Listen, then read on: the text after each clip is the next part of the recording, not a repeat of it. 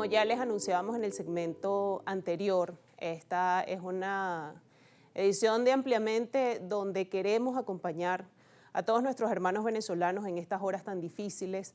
en este momento donde muchas familias están de luto, donde todo el país está de luto y en medio de todo el dolor también queremos resaltar y agradecer la ayuda que ha recibido nuestro país, la ayuda internacional. El mundo se ha abocado a asistir a Venezuela en estas horas oscuras, en estos momentos tan difíciles que ha atravesado nuestro país y por eso es oportuno también conversar sobre este tema y poner sobre la mesa la importancia de la cooperación, la importancia de la ayuda humanitaria a través del derecho internacional y de qué forma esto ha ayudado a que nuestro país vaya poco a poco saliendo adelante en estos momentos tan difíciles. Vamos a hacer esta conversación, este análisis con Dylan Pereira, analista internacional,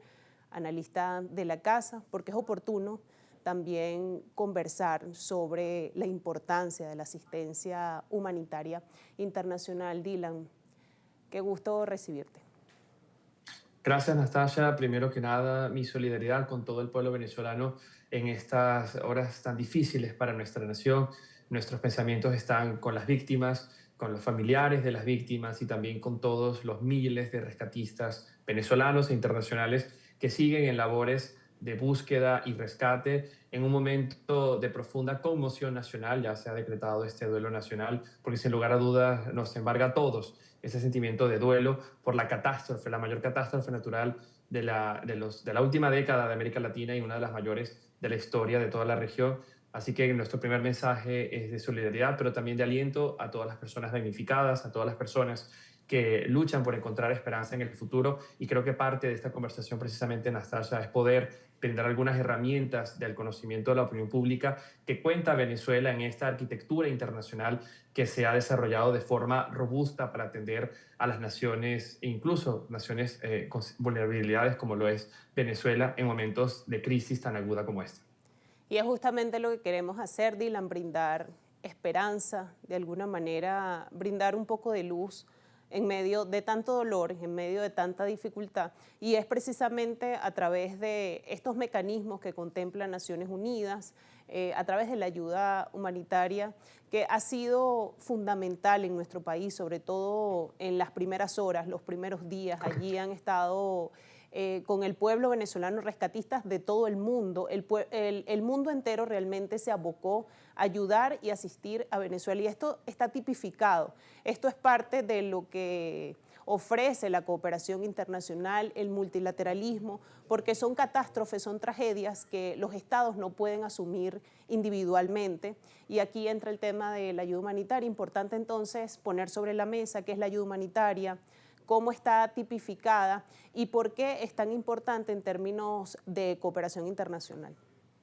Correcto, Nastasia. Creo que es importante mencionar, en primer lugar, que del derecho internacional que aplica en estas condiciones no es, a pesar de la ayuda humanitaria tener este nombre, no se enmarca en el derecho internacional humanitario, cuya aplicación solo sucede en tiempos de guerra. En este caso, el caso venezolano de esta catástrofe natural existe y se ha tipificado particularmente desde el derecho internacional consuetudinario, así como por opinion juris, un derecho internacional de los desastres que se apoya fundamentalmente en la cooperación internacional, en la voluntad de cooperación de los estados y sobre todo en el derecho internacional de los derechos humanos. Este es el marco jurídico internacional que de una forma u otra abraza todas las operaciones humanitarias en estas primeras fases, sobre todo de búsqueda y rescate, y así lo demostró la llegada al país de más de 2.000 rescatistas provenientes de más de 22 países que inmediatamente enviaron sus unidades de salvamento, las unidades USAR para el terreno en estas primeras horas, pero también ampara las próximas fases, digamos, de manejo y gestión de esta crisis, de esta catástrofe natural, que desde el punto de vista estrictamente jurídico, la responsabilidad y gestión del manejo de este tipo de desastres naturales recae primariamente en el estado donde sucede, en este caso, en las autoridades venezolanas. Pero, por supuesto, el derecho internacional de los desastres o International Disaster Law tipifica y contempla también que ante la ausencia de capacidades absolutas por parte de los estados y en virtud de este espíritu de cooperación internacional, las naciones del mundo se movilizan, como sucedió en otros casos en Japón, en Siria, en Turquía, donde allí ha estado presente la comunidad internacional, y el caso venezolano, afortunadamente, gracias a Dios, no ha sido la excepción, y allí vemos que la voluntad de mecanismos humanitarios multilaterales, como ha sido el sistema de Naciones Unidas al que hacía referencia con las primeras iniciativas de OCHA, la organización, la Oficina de Naciones Unidas para Asuntos Humanitarios, pero también mecanismos regionales como el Mecanismo de Protección Civil de la Unión Europea, que movilizó inmediatamente a más de 250 efectivos y a más de 5 millones de euros. Hablamos de asistencia humanitaria, Dylan, porque en las horas más aciagas, en los momentos más difíciles que todavía sigue viviendo nuestro país, había mucha esperanza, sobre todo del pueblo venezolano, de los familiares de las víctimas, sobre todo en la zona cero, ¿no? De recibir esta Correcto. ayuda, de recibir estos rescatistas que han estado sobre el terreno. Esto también entiendo que va por fases y la ayuda termina capitalizándose en función de Ujú. en qué fase está digamos, o se va trasladando como todo esto que estamos viviendo. Correcto. Inicialmente, por supuesto, atender rápidamente la fase de rescate, pero a medida que los días van pasando, a medida que esto va avanzando, entiendo que se deben cubrir otras fases o que nacen otras necesidades. ¿Cómo entonces ir entendiendo este proceso? Porque además hay grupos de rescatistas que ya han vuelto a sus países, ya han terminado su misión aquí. Entonces, para ir Ujú. explicándole a la gente cómo va esta cadena de pasos. Correcto, Anastasia. Una vez que, a pesar que siguen en el terreno, operaciones de búsqueda y rescate ya han transcurrido la primera semana desde la catástrofe, y esta primera fase aguda, crítica, orientada a salvar las víctimas que se encontraban bajo los escombros, y que ha sido sustentada principalmente por la labor de los rescatistas venezolanos y de los voluntarios venezolanos, por supuesto en estrecha cooperación con los rescatistas internacionales que han llegado en el terreno. Se abre ahorita nuevas fases de la cooperación y la atención humanitaria, y que particularmente el sistema multilateral, conscientes de la complejidad de estos procesos, precisamente tras la cumbre de 2015 en Estambul, se establece el denominado Interagency Standing Committee, este comité, digamos, de coordinación de todas las organizaciones multilaterales, de las ONGs, filantropías que tienen fines humanitarios, para poder dividirse y enfocarse en secciones especializadas en cada una de las materias, por ejemplo, educación, salud, abrigo o en este caso refugio, pero también evitar la duplicación del trabajo y poder optimizar el uso de recursos. Y todo ese sistema está